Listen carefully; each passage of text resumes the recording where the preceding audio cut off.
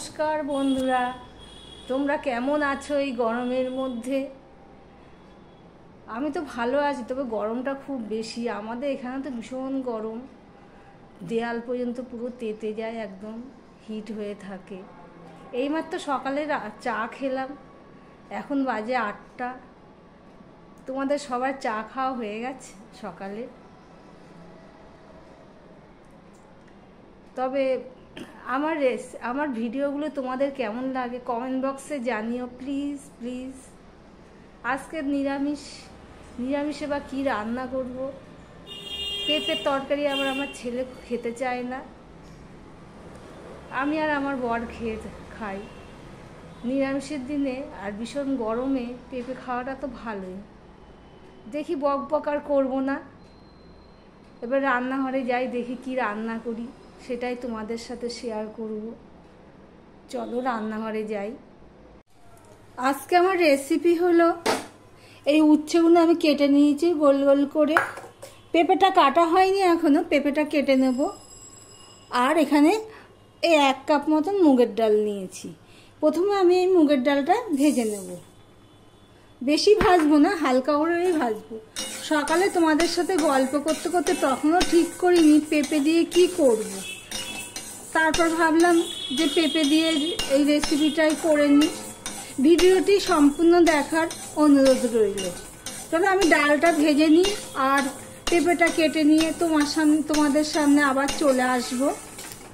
আমি ডালটা ভেজে রেখেছি, ভেজে তার মধ্যে গরম কড়াইয়ের মধ্যে আমি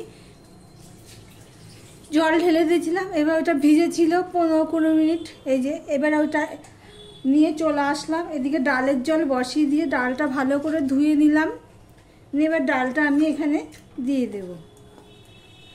গরম জলে নাকি ডাল দিলে ডালটা ভালো ফোটে তাড়াতাড়ি সহজেই, তাই জন্য আমি গরম জল করে নিয়েই ডালটা দিই।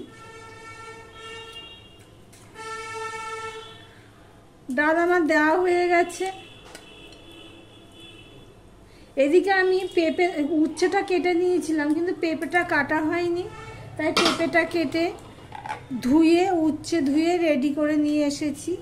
এবার ডালটা ফোটার পরে আসছি।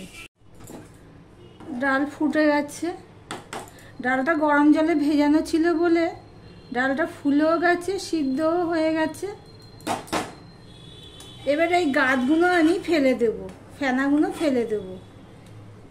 এই ফেনাগুলো ফেলে দিলে ডালের টেস্টটা ভালো হয়। আমি এখানে মুগের ডাল দিয়ে করছি, তোমরা চাইলে এটা মটর ডাল দিয়ে করতে পারো।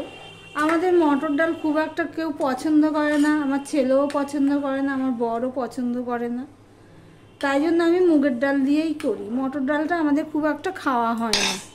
এবারে আমি এই পর্যায়ে দিয়ে দেবো এই পেঁপেগুলো, এর মধ্যে আমি দিয়ে দেবো।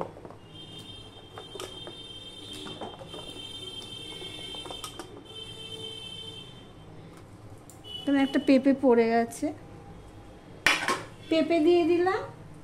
আর দিয়ে দেব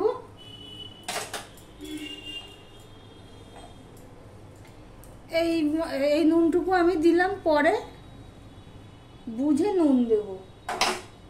নুন দিয়ে আমি এটা ঘেঁটে দিলাম, দিয়ে আবারও সিদ্ধ হতে দেবো পেঁপেগুলো। এর মধ্যে পেঁপে দিয়েছিলাম, পেঁপেটাও সিদ্ধ হয়ে গেছে। এবার কড়াই বসিয়ে দিয়েছি। এবার এই উচ্ছেগুলো ভেজে নেব।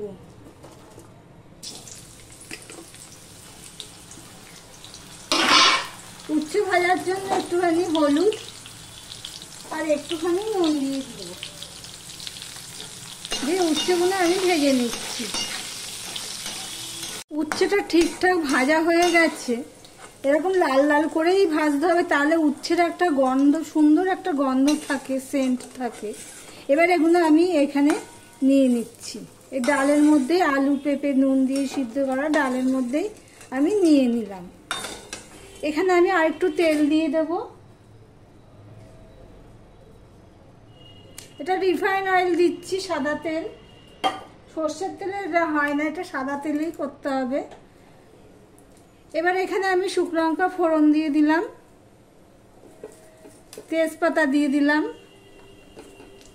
একটা তেজপাতাকে ছিঁড়ে দিয়েছি, আর রাঁধুনি ফোড়নে দিয়ে দিলাম।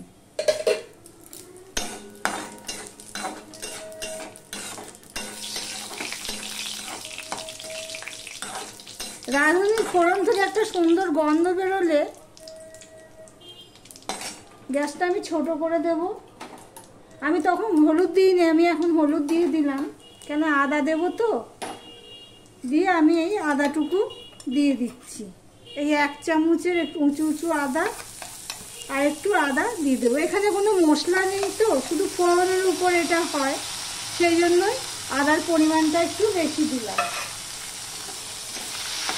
এটা আমি পেঁপে দিয়েই করছি, তোমরা চাইলে লাউ দিয়েও করতে পারো। এই রেসিপিটি হলো ডাল শুকানি। আদার কাঁচা গন্ধটা চলে গেছে, একটু লাল লাল হবে, শুধু কাঁচা গন্ধ গেলে হবে না, ফোড়নের জন্য একটু লাল লাল হতে হবে।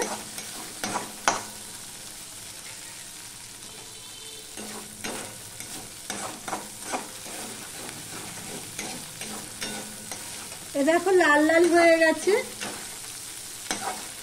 এবার আমি এখানে সমস্ত ডাল, উচ্ছে, পেঁপে এগুলো আমি দিয়ে দিলাম। একটু মিষ্টি এখানে দিয়ে দিলে হতো, কিন্তু মিস হয়ে গেল, নামানোর আগে দেব।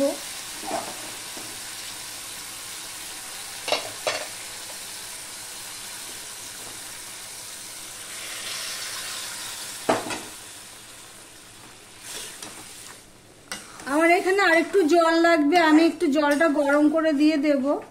প্রয়োজন অনুযায়ী জল দিয়ে দিয়েছি, জল দিয়ে ফুটিয়ে নিয়েছি। তোমরা চাইলে এর থেকেও পাতলা করতে পারো, যে যেমন থিকনেস রাখে আর কি। আমি এই থিকনেসটাই রাখলাম। আমার সমস্ত কিছু হয়ে গেছে। এবার আমি এখানে স্বাদ অনুযায়ী চিনি দিয়ে দেবো। এখানে আমি 1 চামচের মতন চিনি দিয়ে দিলাম, আর দিয়ে দিলাম এই ঘি একটুখানি, এই 1 চামচের মতন ঘি আমি দিয়ে দেবো। এত সুন্দর গন্ধ বেরোচ্ছে, তোমরা একবার করে দেখতে পারো। এই রাঁধুনি, শুকনো লঙ্কা, তেজপাতা, আদার একটা সুন্দর গন্ধ বেরোয়। রান্নাটা আমার কমপ্লিট হয়ে গেল। এবার একটা বাটিতে নিয়ে তোমাদের সামনে চলে আসছি।